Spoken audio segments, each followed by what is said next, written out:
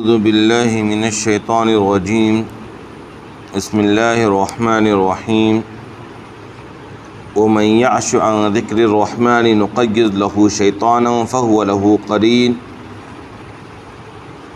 وإنهم ليصدونهم عن السبيل ويحسبون أنهم مهتدون حتى إذا جاءنا قال يا ليت بيني وبينك بعد المشرقين فبئس القرين ولن ينفعكم اليوم إذ ظلمتم أنكم في العذاب مشتركون أفأنت تسمع الصم أو تهدي العمي ومن كان في ضلال مبين فإما نذهبن بك فإنا منهم منتقمون ونرينك الذي وعدناهم فإنا عليهم مقتدرون فاستمسك بالذي أوحي إليك إنك على صراط مستقيم وإنه لذكر لك ولقومك وسوف تسألون واسأل من أرسلنا من قبلك من رسلنا أجعلنا من دون الرحمن آلهة يعبدون۔ اور جو شخص خدائے رحمان کے ذکر سے غافل ہوگا، اور جو شخص خدائے رحمان کے ذکر سے غافل ہوتا ہے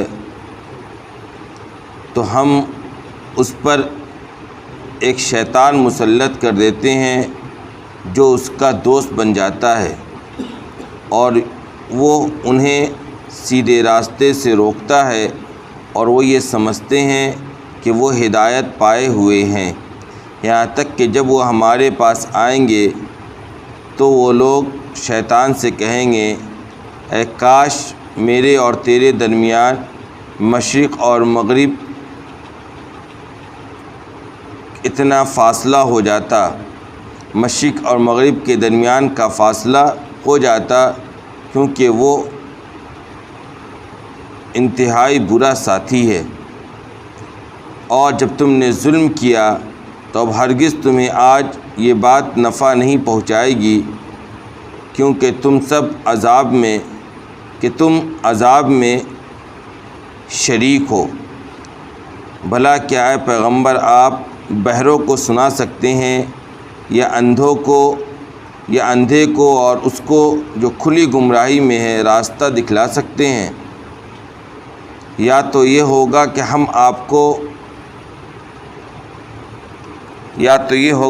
آپ کو اپنے پاس بلا لیں گے، پھر ہم ان سے بدلہ لیں، یا یہ کہ ہم آپ کو وہ عذاب دکھلا دیں جس کا ہم نے ان سے وعدہ کیا ہے، تب بھی ہم ان پر ہر طرح سے قدرت رکھتے ہیں۔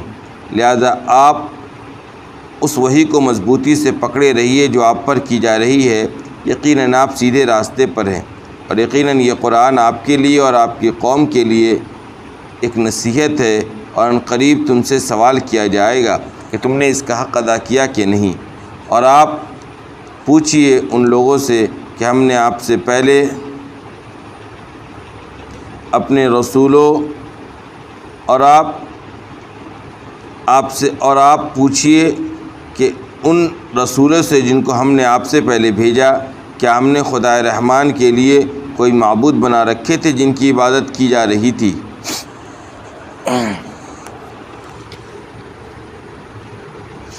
سورہ زخرف کی تفسیر چل رہی ہے، اور اس کے ضمن میں گزشتہ جو تفسیر گزری اس کے اندر کفار مکہ کی طرف سے جو ایک اعتراض تھا کہ آپ صلی اللہ علیہ وسلم کو چھوڑ کر مکہ اور طائف میں سے کسی ایک شہر کے کسی بڑے مالدار شخص کو نبوت سے سرفراز کیا جاتا، جس کے پاس مال و دولت کی ریل پیل ہے، سرداری ہے، اس کو نبی بنایا جاتا، قرآن اس کے اوپر نازل کیا جاتا۔ آپ پر کیوں نازل کیا گیا؟ آپ کے پاس تو مال و دولت نہیں ہے۔ گویا نبوت کے لیے جو معیار متعین کیا گیا یا رسالت کے لیے جو معیار متعین کیا گیا وہ کیا گیا مال و دولت کو۔ اس کے جواب میں قرآن کریم نے اللہ تبارک و تعالیٰ نے انتہائی اہم جواب دیتے ہوئے بات کہی کہ دیکھو ان مال و دولت کی حیثیت تمہارے نظر میں ہوگی، ہماری نظر میں ان مال و دولت کی جو حیثیت ہے وہ صرف اور صرف یہ ہے کہ یہ دنیاوی زندگی میں فائدہ اٹھانے کی ایک چیز ہے، اس سے زیادہ اس کی کوئی حقیقت نہیں ہے۔ بلکہ آگے بڑھ کر قرآن نے یہ بات کہہ دی کہ دیکھو اگر اس بات کا اندیشہ نہ ہوتا کہ کافروں سے ناراض ہونے کے باوجود بھی کافروں کے پاس بہت زیادہ مال و دولت کو دیکھ کر مال و دولت کی حقیقت کو نہ سمجھنے کی بنیاد پر لوگ سب کے سب کیا ہو جاتے ہیں؟ کافر بن جاتے ہیں. یعنی کافروں کی خوشحالیاں دیکھ کر، کافروں کے اچھے حالات دیکھ کر، کافروں کی مال و دولت دیکھ کر، جبکہ اللہ تبارک و تعالیٰ ان سے ناراض ہے، تو مال و دولت کی حیثیت نہ سمجھنے کی بنیاد پر سارے کے سارے لوگ کیا ہو جاتے ہیں؟ کافری بن جاتے ہیں. اگر یہ اندیشہ نہ ہوتا تو اللہ تبارک و تعالیٰ ان کافروں کے گھر اور ان کے چھتوں کو، ان کی سیڑھیوں کو، ان کے دروازوں کو سونا اور چاندی کا بنا دیتا.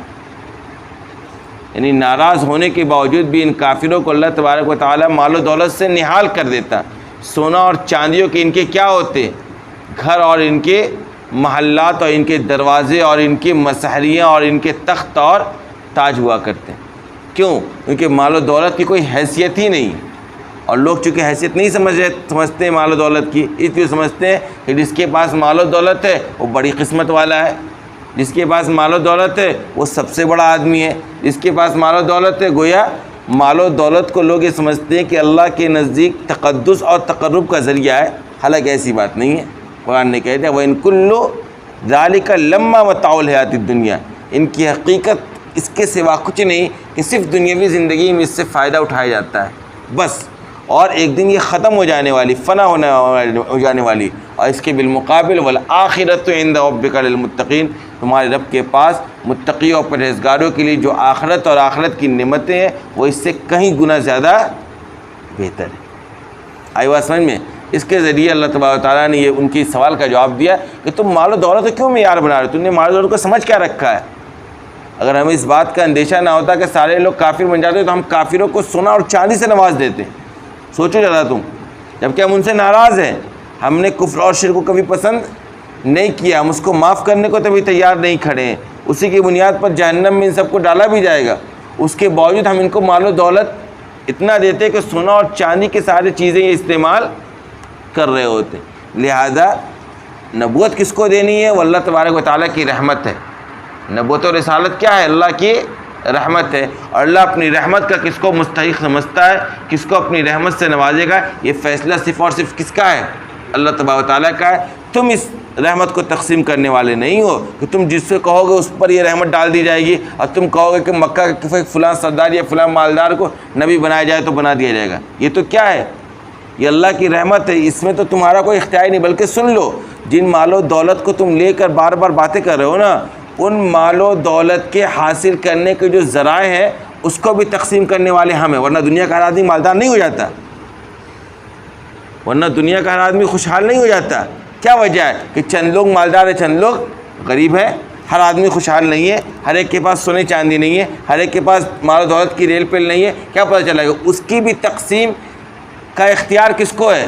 ہمارے پاس ہے. لہذا جس چیز کو لے کر تم باتیں کر رہے ہو اس کو تو حاصل کرنے کا تمہارے پاس اختیار نہیں ہے، اس کو بھی تقسیم ہم کرتے ہیں. تو جو نبوت اور رحمت، جو خالص ہمارا کیا فضل اور رحمت ہے، اس کی تقسیم میں تم کس طریقے سے اپنا حق بنا رہے ہو، یعنی نبوت و رسالت. آئی بات سمجھ میں؟ قرآن نے بات بتلا دی کہ دیکھو مال و دولت کے حاصل کرنے کے جو ذرائع ہیں اس کو بھی تقسیم ہم نے کیا ہے. اپنی حکمت اور مصلحت کے مطابق ہم نے کسی کو زیادہ دیا ہے، کسی کو کم دیا. اگر ہر انسان کے اختیار میں ہوتا مال و دولت کے ذرائع کا حاصل کرنا، ہر انسان مالدار نہیں ہو جاتا. کس کو مال و دولت کی ضرورت نہیں ہے، کس کو پیسے کی ضرورت نہیں. اس کے باوجود بہت سے لوگ ہیں جو مشکل میں ہیں، محتاجی کے زمانے حالات میں ہیں، قرض میں ڈوبے ہوئے ہیں، پریشانی کے عالم میں رہتے ہیں، غربت بھری زندگی ہے. کیا پتہ چلا کہ اس کی تقسیم بھی ہمارے اختیار میں. تو اس میں تو تمہیں کوئی اختیار نہیں ہے. جو نبوت و رحمت، جو خالص میری کیا ہے؟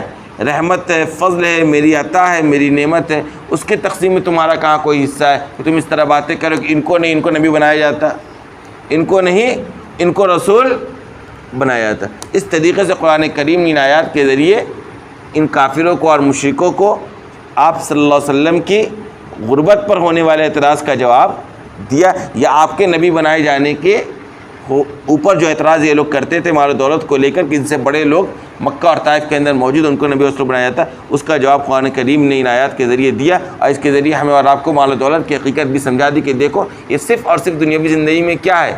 فائدہ اٹھانے کا ایک ذریعہ، ایک شے ہے، اس کے علاوہ اس کی کوئی حقیقت نہیں ہے۔ اور آخرت کے جو انعامات ہیں وہ صرف اور صرف متقیوں کے لیے، پرہیزگاروں کے لیے ہے۔ جو تقویٰ اور پرہیزگاری سے زندگی گزارے گا اس کو یہ آخرت میں اللہ تبارک و تعالیٰ کی طرف سے انعامات سے نوازا جائے گا۔ آئی بات سمجھ میں آیا ہے مسئلہ؟ اس کے ذریعے آپ نے مال و دولت کے حقیقت سمجھا کہ نہیں سمجھا؟ ہمارا آپ کا یہ معاملہ کیا ہے؟ ایک تو مال و دولت کے پیچھے پڑے رہتے ہیں، مال و دولت کو اپنے دل میں سب سے زیادہ جگہ دیتے ہیں، اور جن کے پاس مال و دولت ہوتی ہے اسی کو ہم سلام بھی کرتے ہیں، اسی کو ہم بڑا بھی سمجھتے ہیں۔ کسی کے پاس مال و دولت ہے تو بہت خوش قسمت ہے۔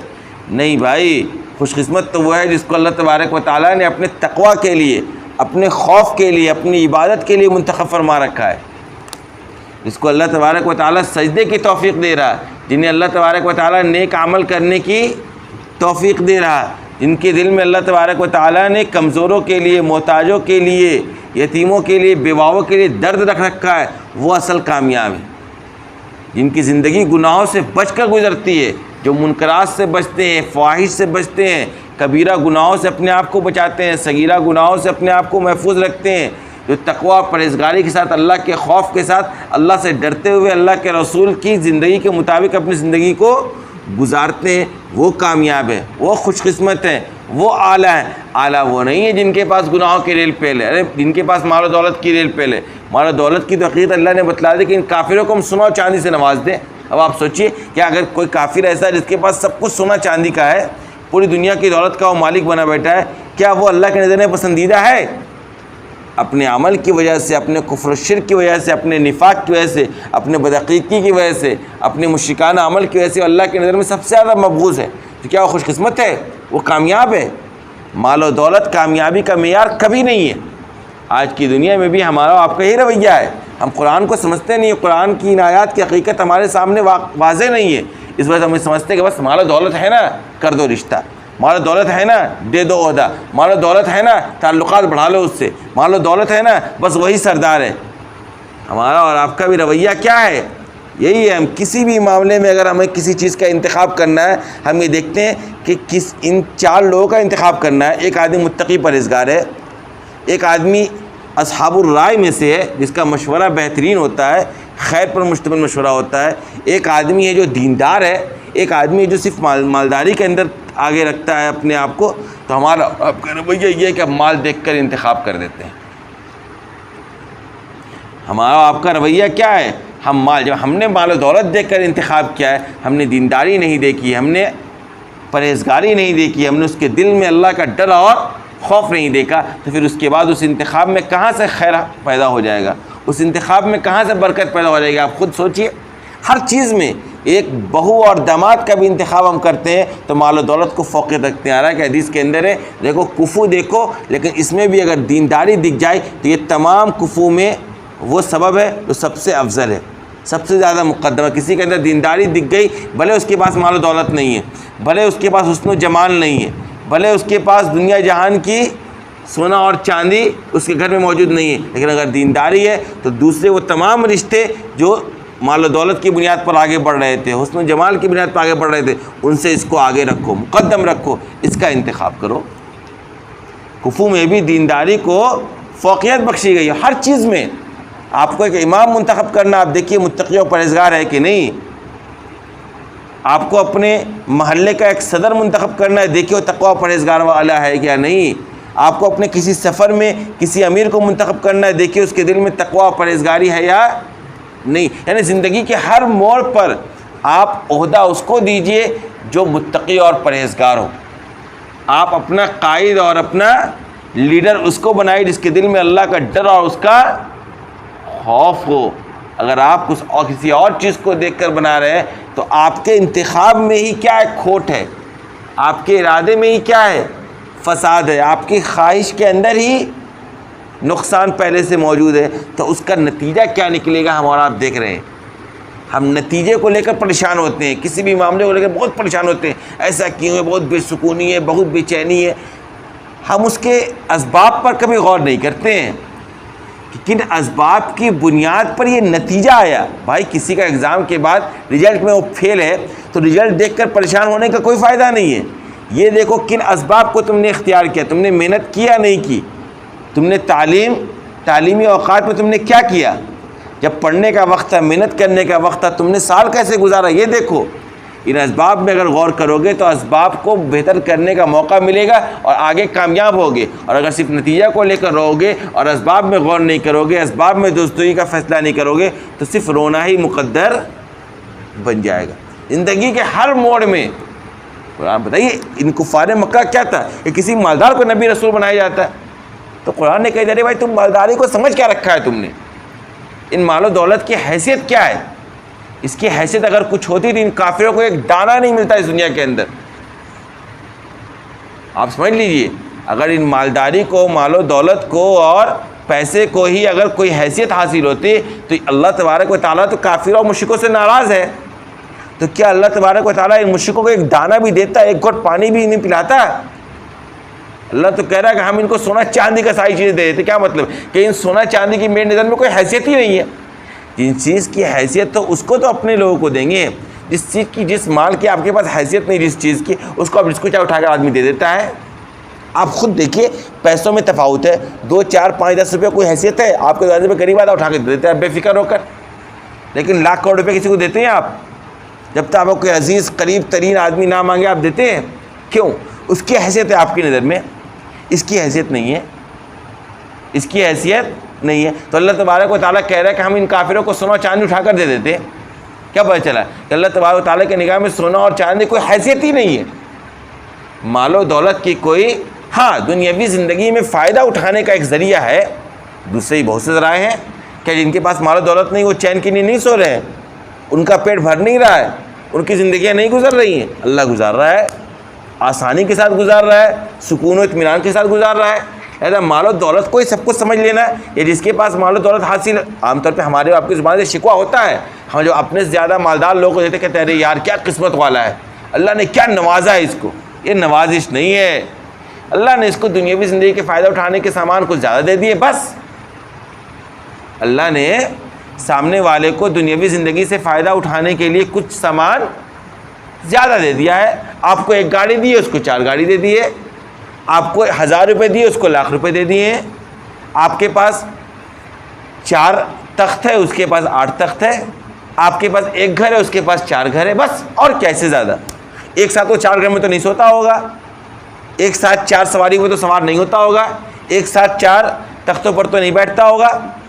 بھائی آپ کو اللہ نے 2 سالن دیا ہے دسترخوان پر، اس کو 4 سالن دے دیا ہے، بس یہ دنیا زندگی کا فائدہ ہے، ختم ہو جائے گا ایک دن، اس کو بھی اس کو چھوڑ کر جانا ہے، تم کو بھی چھوڑ کر آنا ہے۔ جو اصل کامیاب ہے اس کے لیے تقویٰ چاہیے۔ اگر مالداری کے ساتھ تقویٰ اس کے پاس، آپ نے ایک حدیث سنی ہوگی نا کہ مالداروں کا معاملہ یہ تھا، صحابہ مالداروں کا، کہ وہ اپنے مال کو خرچ کرتے تھے اللہ کے راستے میں۔ اب غریب جو صحابہ کرام تھے ان کے پاس مال و دولت نہیں تھی، انہوں نے آقا صلی اللہ علیہ وسلم کے سامنے یہ بات رکھی کہ یا رسول اللہ ان کے پاس تو مال و دولت ہے، ہماری طرح وہ بھی نماز پڑھتے ہیں، ہم بھی پڑھتے ہیں، ان کے پاس تو مال و دولت ہے، مال و دولت کو آپ کے راستے میں خرچ کرتے ہیں تو ان کے درجات بلند ہو رہے ہیں ثواب کے اعتبار سے۔ ہمارے پاس مال و دولت ہے نہیں جو ہم اللہ کے راستے میں خرچ کریں، تو ان کے درجات بلند ہو رہے ہیں نا، بلند ہو رہے ہیں۔ تو آپ صلی اللہ علیہ وسلم نے صحابہ کرام کو ایک دعا سکھلائی، ان غریب صحابہ کرام کو، کہ تم یہ دعا پڑھو تو تمہیں اتنا مال خرچ کرنے کا ثواب مل جائے گا، اور اس کے ذریعے سے تم کیا ہوگے؟ مالداروں سے آگے بڑھ جاؤ گے یا ان کے برابر ہو جاؤ گے۔ اب یہ غریب صحابہ کرام وہ دعا کا اہتمام کرنے لگے۔ اب ہوا یہ کہ صحابہ کے دل کے اندر تو نیک عمل کرنے کا اور نیکی کمانے کے کیا ذرائع اس کو جاننے کا ہر وقت شوق پیدا ہوتا رہتا تھا، ان کے اندر تڑپ ہوتی تھی دین کو جاننے کا۔ اب ان صحابہ کرام کو بھی خبر لگ گئی کہ یہ جو غریب صحابہ کرام یہ فلاں دعا پڑھتے ہیں، اب ان دعاؤں کا اہتمام ان لوگوں نے بھی شروع کر دیا، ان مالدار صحابہ کرام نے بھی ان دعاؤں کا اہتمام شروع کر دیا۔ اب یہ لوٹ کر پھر آئے صحابہ کرام، غریب صحابہ کرام، یا رسول اللہ یہ کیا ہوا؟ ہم تو ان سے آگے بڑھنے کے لیے اس طرح کا کر رہے تھے، ان کو بھی یہ دعا کا علم ہو گیا۔ تو اللہ آپ صلی اللہ علیہ وسلم نے کہا ذالک فضل اللہ یؤتیہ من یشاء، یہ اللہ کا فضل ہے، جس کو چاہتا ہے دیتا ہے۔ نیکی اللہ کا فضل ہے، مالداری کو اللہ کا فضل رسول اللہ نے نہیں کہا، پہلے کیا کہا کہ یہ اللہ کا فضل ہے، اللہ جس کو چاہے مال و دولت کے ساتھ بھی اگر کسی کو دینداری مل جائے، تقویٰ و پرہیزگاری مل جائے اور اس مال و دولت کو اللہ کے راستے میں خرچ کرنے کی توفیق مل جائے تو بہت اعلیٰ درجے کا نصیب ہے، بہت اعلیٰ درجے کا نصیب ہے۔ اور ایک انسان ہے جس کے پاس غربت ہے، لاچارگی ہے، لیکن اس کے ساتھ اس کو شکر والی زبان مل جائے، شکر والی زبان مل جائے، بہت بڑی نعمت ہے۔ یہ اصل نصیب والا ہے، کچھ نہیں لیکن اپنے اللہ کا شکر ادا کرتا ہے، صبح و شام تسبیح بیان کرتا ہے، حمد و ثنا بیان کرتا ہے، نماز میں پابندیوں سے حاضر ہوتا ہے، گناہوں سے اپنے آپ کو بچاتا ہے، بہت اعلیٰ قسمت والا ہے یہ بہت اعلیٰ قسمت والا ہے۔ لہٰذا قسمت کا اچھا ہونا یا برا ہونا یا مال و دولت پر مبنی، مال و دولت کی کمی اور زیادتی پر مبنی نہیں ہے۔ اس مسئلے کو بہت اچھی طریقے سے سمجھ لیجئے اور بہت اچھے طریقے سے اپنے بچوں کے ذہن و دماغ میں اس مسئلے کو نقش کر دیجئے۔ آج دنیا اسی لیے پریشان ہے، دنیا جو پریشان ہے وہ اسی لیے، ہر آدمی کس بنا سے پریشان ہے، پیسہ کی زیادتی ہو جائے، پیسے کی زیادتی ہو جائے۔ یہ ایسا لت ہے نا، جوا ہے جوا، یہ کیا ہے؟ جوا ہے جوا۔ قبر میں جانے کے بعد ہی پتہ نہیں سکون ملے گا یا نہیں ملے گا۔ جس کو مال و دولت بڑھانے کا نشہ ہو جاتا ہے نا، وہ اپنے تمام تر سکون و آرام کو برباد کر دیتا ہے، ضائع کر دیتا ہے۔ میں آپ کو بتلا رہا ہوں نا، یہ حقیقت ہے۔ جس کے پاس لاکھ ہے وہ دن بدن اس فکر میں ہے کیسے 2 لاکھ کروں، جس کے پاس کروڑ ہے وہ دن بھر کس فکر میں گزار رہا ہے، کیسے۔ اور فکر ایسی چیز ہے کہ اگر وہ سوار ہو جائے نا تو پھر کسی چیز میں انسان کا دل نہیں لگتا ہے، سکون ہی نہیں ہے۔ آپ کو ایک کام پڑ جائے، مجھے ایک کام پڑ جائے، کوئی کام میرے ذہن میں چلے، ہر نماز میں وہی سوچ رہا ہے آدمی، ایک نماز بھی صحیح طریقے سے اللہ کے لیے خوشنودی سے ادا نہیں کر پاتا انسان۔ کیوں؟ جہاں آپ نے فکر سوار کیا اپنے اوپر۔ اب جس کے پاس مال ہے اور مال بڑھانے کی فکر میں لگا ہوا، وہ کیا سکون سے بیٹھے گا؟ میرے کچھ احباب ہیں اس شہر میں، دوست ہیں، آفس میں کام کرتے ہیں، اچھا خاصا پیسہ کماتے ہیں، پھر شام میں دیکھتا ہوں باضابطہ 2 گھنٹے ایک جگہ بیٹھتے ہیں۔ کیا بات ہے بھائی؟ معلوم کیا، پتہ چلا شیئر بازار میں پیسہ لگاتے ہیں، تو 2 گھنٹہ روزانہ شیئر بازار کی ڈیوٹی کرتے ہیں بیٹھ کے۔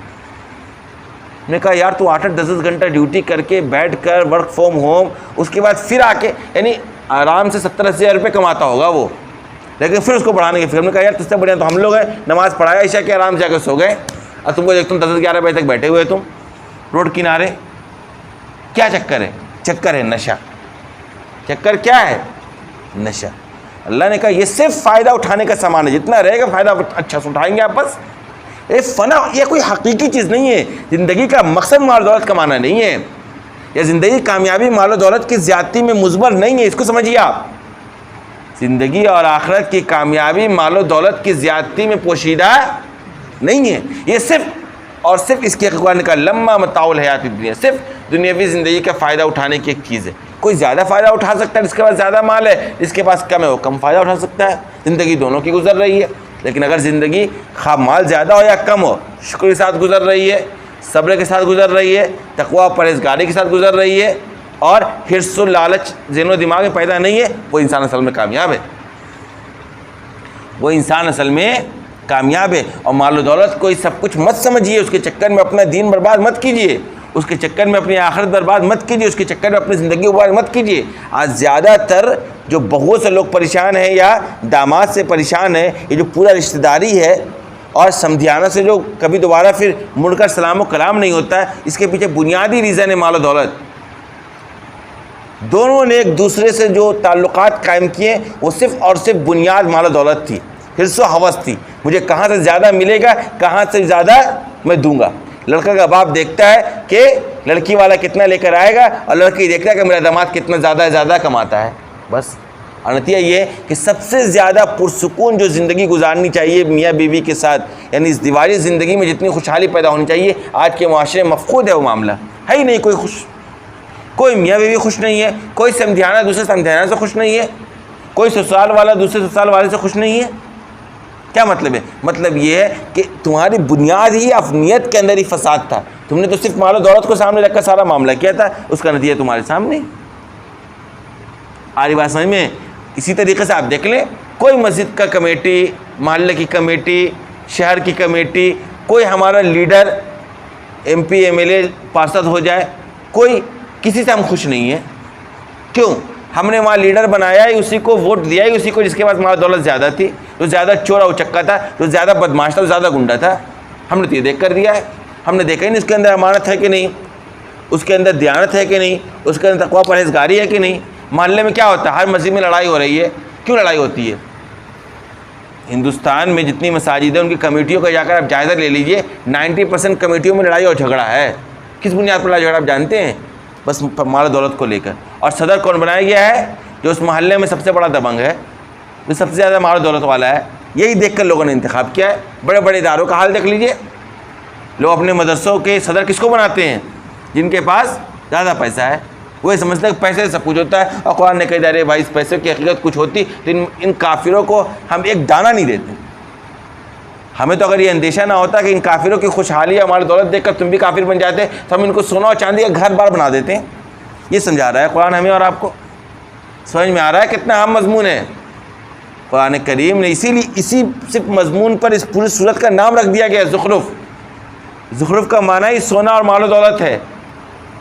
آپ سوچئے اس کی اہمیت سمجھیے، اس مضمون کی اہمیت سمجھیے کہ اس مضمون کو سامنے رکھ کر قرآن کریم نے اس صورت کا نام ہی زخرف رکھا. ایک پوری صورت کا نام دے دیا زخرف. کس بنیاد پر؟ تاکہ لوگ اس مسئلے کو سمجھے صحیح معنوں میں. اس مسئلے کو سمجھ لیجئے گا تو انشاءاللہ پھر زندگی کے اندر پریشانیوں کا سامنا نہیں کرنا پڑے گا، بے سکونی کا سامنا نہیں کرنا پڑے گا. جیب خالی ہوگا پر دل اللہ اللہ کرے گا.